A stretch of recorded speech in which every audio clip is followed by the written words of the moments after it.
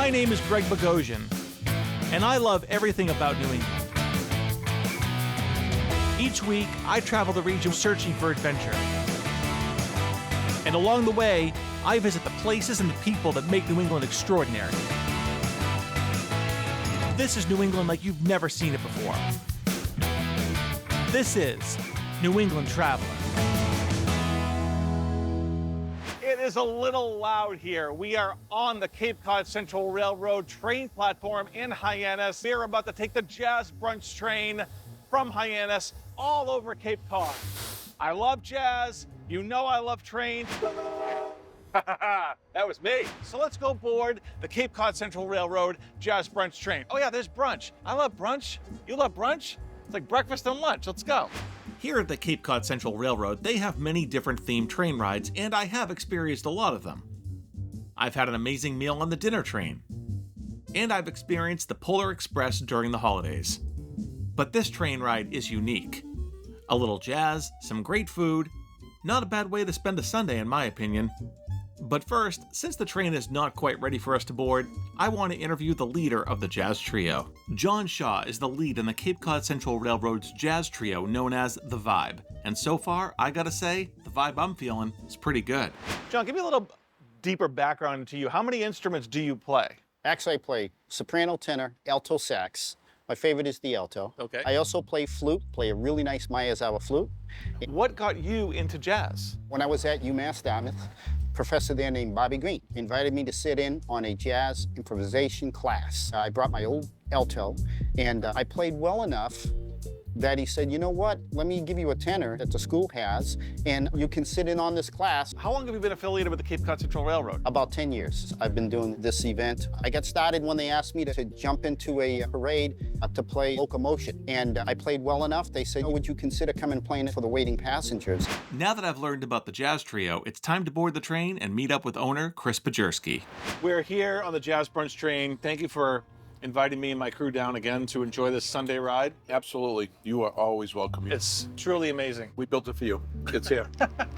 And give me a little background on what the route is that we're taking on this Jazz Brunch train. Well, obviously, we start in Hyannis, milepost 78 on the railroad, 78 miles from Boston.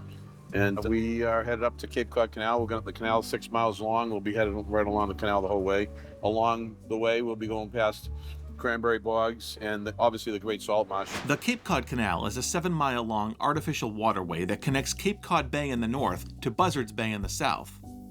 Designed by engineer William Barclay Parsons, construction on the Cape Cod Canal began on June 22, 1909 under the direction of American financier August Belmont and was completed in 1916.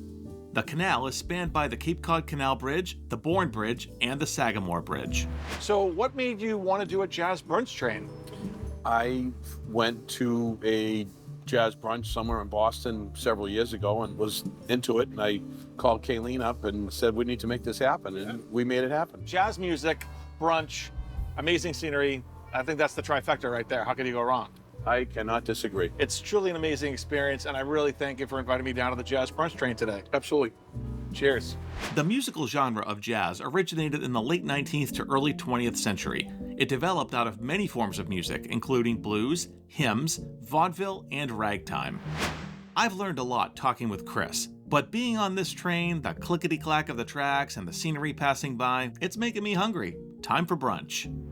I am a big fan of the food aboard the Cape Cod Central Railroad, but usually it's dinner.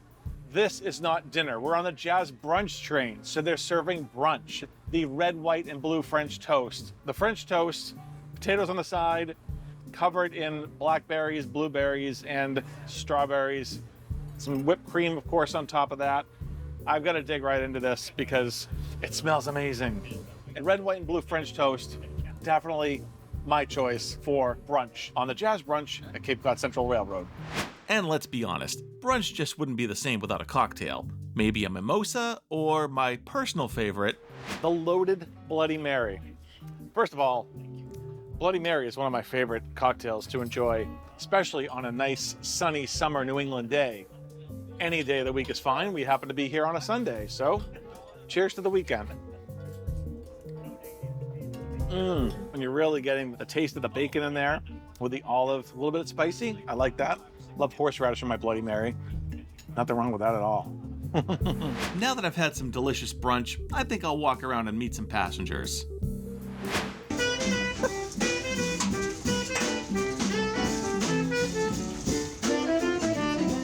Yeah, come on, we're on the Cape Cod Central Railroad Jazz brunch train. You gotta move, right? And you can't help but move because the track's moving. I mean, the train's moving on the track, whatever. I've only had 2 sips. Cheers.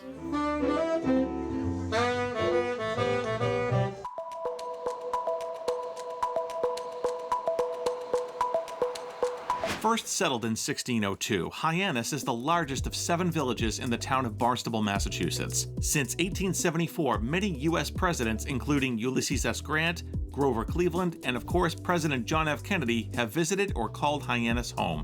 To this day, the Kennedy family maintains a family compound in nearby Hyannisport. It's finally time to check into my lodging for the night, the Anchor Inn, the only hotel on the water in Hyannis. I have arrived in Hyannis at the Anchor Inn for my weekend on the Cape, and I only have one question. Is this the actual Anchor that they named the resort after? We're gonna find out. I got my bags in my room and I'm ready for an incredible weekend on the Cape. First thing I noticed, open the sliding glass door to a beautiful patio, a couple of nice comfortable chairs and a table. You can sit here, have a cocktail or a cup of coffee in the morning. Check out that view of the harbor. Can't beat that. Pool there, waterfront there. You know what? I think I'll stay. Today, I'm meeting with General Manager Eva Bechet to learn what makes Anchor Inn a unique destination on the Cape. Eva, tell me about the Anchor Inn and what guests can expect when they come to Hyannis and stay here. One of the first things that you can always expect when you come to walk into the hotel is definitely a friendly face and a warm smile. I have to say, when I checked in, I was pleasantly surprised because when you pull up, it looks like a much smaller building. Yeah. I was welcomed with an awesome tour of the property, and that was great because you realize that this place opens up and it's a much bigger property than you see from the street. Yeah, we actually get that comment a lot from our guests. So as soon as they walk in, they're surprised, they're wowed. When you do walk more into the property, you do see more of the pool area, the harbor especially. And what makes us really unique, Greg, is that we are the only hotel in the Hyannis area that is located right on the water. So anywhere you walk on the property, you will always see at least some sort of view of the water. Well, you have the swimming pool, there's cornhole out there on the lawn, you have a vast open green space with a lot of Adirondack chairs out there. You can just sit here and look at the boats coming in and out of the harbor. Of course, the Steamship Authority is right across the street to take you to the islands, right? Yep, that's about a 5-minute walk from us, just 2 doors down. Staying at the Anchor Inn, you are just a short walk from the Steamship Authority, one of the best ways to get to the island of Martha's Vineyard and my personal favorite New England island, Nantucket. Another incredible location full of shops, amazing restaurants, and incredible museums. It is all just a short ferry ride away, making Hyannis the perfect hub for your own weekend exploring the Cape and the islands. So the great thing about our hotel, and one thing that I love about this hotel, is that you're so close to the hustle and bustle of Main Street. You have all the shops and the restaurants, but then you also have the calm, peaceful quietness over here at the Anchor Inn. So it's the great balance of rest and relaxation that you need, and also checking out all of our restaurants and the shops. Well, I also recommend it, and I really appreciate you and everyone at the Anchor Inn making my weekend on the Cape special. I grew up in New England, so I never really thought of New England as, you know, a tourist destination, even though of course it is. There's the history of Boston, the White Mountains, the foliage, the Berkshires, and of course, where we are right now, Cape Cod. It's just an amazing place to explore. You're reminded of that when you come here and you visit people from all over the world who make this their vacation destination. And they come to New England, they come to Cape Cod for this. Now, as for the Anchor at Anchor Inn, well, I guess we'll just never know where it really came from. For dinner, my crew and I decided to try the Black Cat Tavern. The Black Cat Tavern offers a nice variety of pub food in a cool nautical setting on the inside, and even live music on the patio. Perfect atmosphere for a summer evening on the Cape. My choice for dinner tonight is to keep it nautical with one of my favorite seafood dishes, fried scallops. Tastes like summer in New England. Actually, it's more like summer in Aruba, to be honest with you, but yeah, great island cocktail. Nice. My thoughts on the Black Cat Tavern. Great pub-style menu paired with delicious cocktails in a maritime setting make this a New England traveler go-to for your next trip to the Cape. The wind in my hair. Oh, this is really cool. Oh yeah, you kids doing okay back there? No, we're not almost there yet.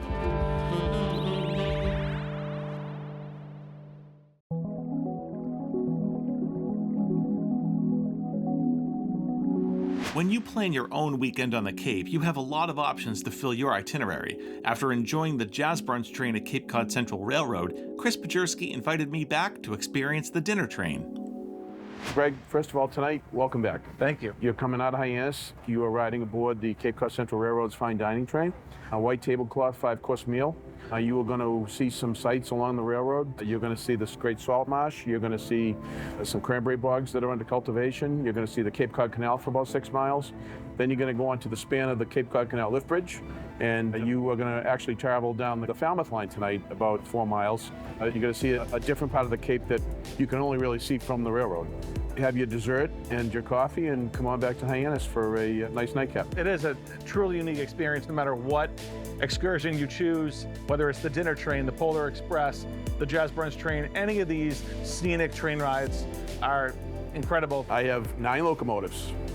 My family works here. We've got our own railroad family. We all are very devoted to this company, to the folks at Cape Cod. It's a great time. It is a great time. Chris Pajerski, thank you very much for having me back. Absolutely. I love it, and I gotta go get a drink, right?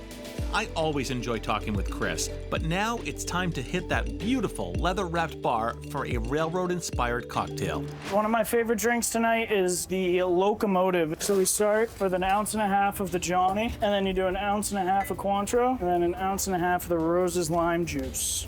And pour it over ice. That is the locomotive. One of my favorite things about the cocktails aboard the Cape Cod Central Railroad are what they name them. This is the locomotive. I love lime juice, and I like Johnny Walker Black, so I don't think you can go wrong with that.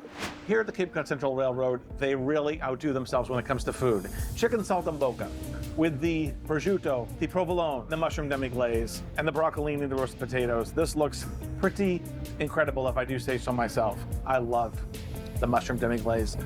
I would call it the au jus of the chicken dish. It is just an amazing taste to it. I can't get enough of that. I love that. It is delicious. So far, the weather for my weekend on the Cape has been perfect. But on my last day, of course, rain is in the forecast. Hopefully, we can make it to my next stop before the downpour. Well, that didn't work out exactly as planned. But you know what they say about the weather in New England? If you don't like it, just wait 5 minutes. My next stop is a short drive from Hyannis in nearby Sandwich, Mass. Heritage Museums and Gardens. Heritage Museums and Gardens is so big, I am glad we have a golf cart to drive around and explore the property. Now I'm meeting up with CEO Ann Scott Putney to learn about this amazing destination. First of all, I have to say, this property is huge. Let's get that out of the way first, right? Yes, we have nearly 100 acres. Wow, 100 acres. And I don't know, I don't want to say dozens of buildings, but there are a lot of buildings here. Yes, 3 museum buildings and so much more. Walk me through a little bit about the history of Heritage Museums and Gardens. Over 50 years ago, 54 years ago to be exact, Heritage opened to the public, and it was founded by Mr. J.K. Lilly III and his wife Josephine. And their purpose was to showcase Mr. Lilly's historic collections. He became a collector himself. Okay. And he amassed more than 40 antique automobiles as his offerings to the collection. And importantly, they bought this particular property here on Sham Pond in Sandwich because previously it had been not only a farm, but a place where a very well-known gentleman named Charles Dexter had hybridized rhododendrons. Rhododendron the flowers? Rhododendrons the flowers. Okay. And so this particular property came with 10,000 rhododendrons. He took the collection of rhododendrons in this beautiful woodland setting and built museum to showcase the car collection, museum collections, permanent collection, which is firearms, historic folk art, etc., a historic carousel, because he was a collector. And one of the big purchases he made early on was a 1908 Loof Carousel, which is one of the most famous carousel makers in this country, and also a windmill, a historic windmill that he brought over from Orleans. So those were the original buildings on the property, but today, so much more. Heritage appeals to people of all ages. In fact, our target market are multi-generational families, children, parents, grandparents. I can certainly appreciate the beauty of a garden. I don't know that I would personally necessarily go out of my way to find one, but then when you get here, you're like, whoa, this place is so much more than that. We're gonna go explore the carousel first. How's that? Wonderful. All right, let's go. Let's go, Ann. Come on. How agile I am. Oh, not bad for an old guy. All right. Look, Ma, no hands. Oh. One hand. Lefty. Two hands. No hands.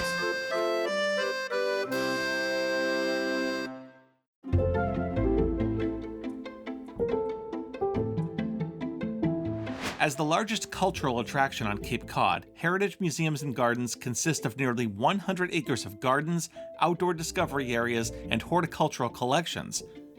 But what I'm most excited about is my next stop.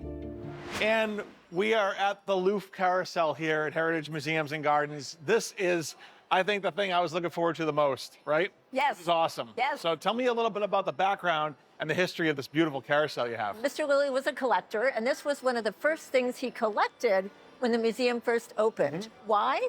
So that children and families would have something to do together. They would have something to love when they come back year after year. He actually built this building, which is gorgeous, to house the carousel. The carousel is from 1908, and this building was built and opened in the early 70s. I love old carousels like this. They really remind me of that turn of the century, a feel.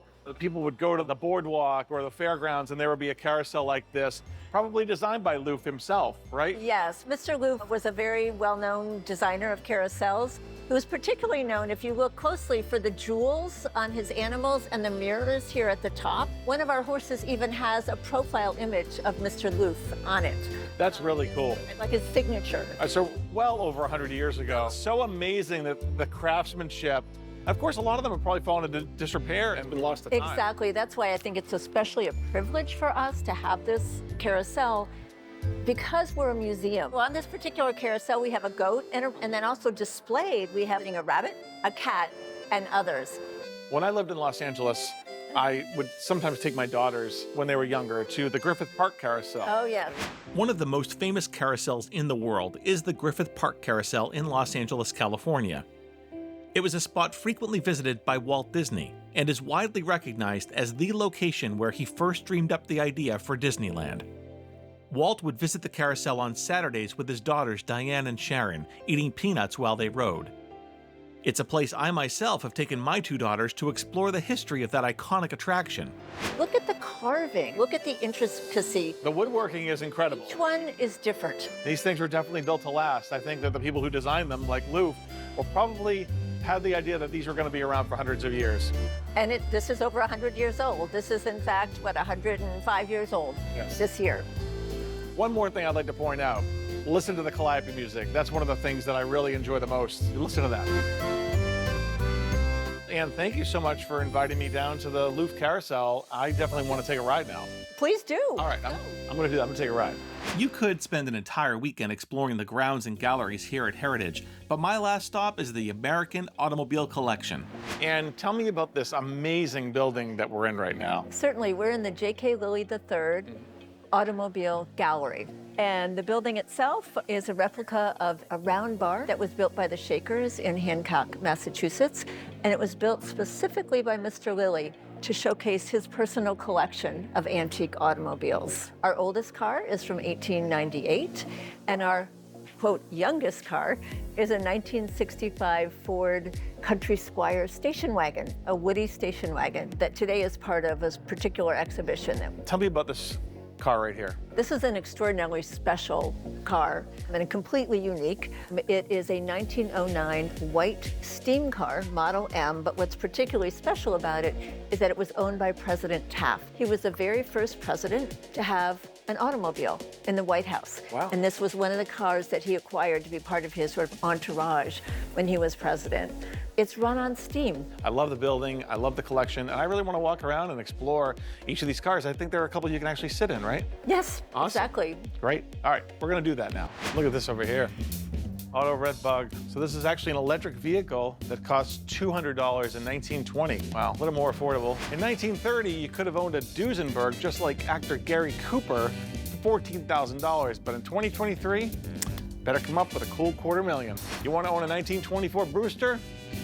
Get ready to cough up about $130,000. So this 1912 Mercer raceabout achieved a top speed of 65 miles an hour. In 1912, to buy it new would cost $2,500, and today you'd have to spend almost $77,000 to buy it. And it runs. I do love this amazing car collection from 1898 to the 50s, 60s. It's unbelievable. My weekend on the Cape was packed with adventure. I enjoyed 2 completely different train excursions at Cape Cod Central Railroad. First, I took a relaxing jazz brunch train, and later I returned for their classic dinner train. I checked into the historic Anchor Inn on the waterfront in Hyannis. And finally, I made the short drive to Sandwich, Mass. To visit Heritage Museums and Gardens, an amazing 100-acre destination where I explored the historic Loof Carousel and an impressive antique automobile exhibit. I hope you enjoyed coming along for my weekend on the Cape. I'm Greg Bogosian. I'll see you next time on New England Traveler.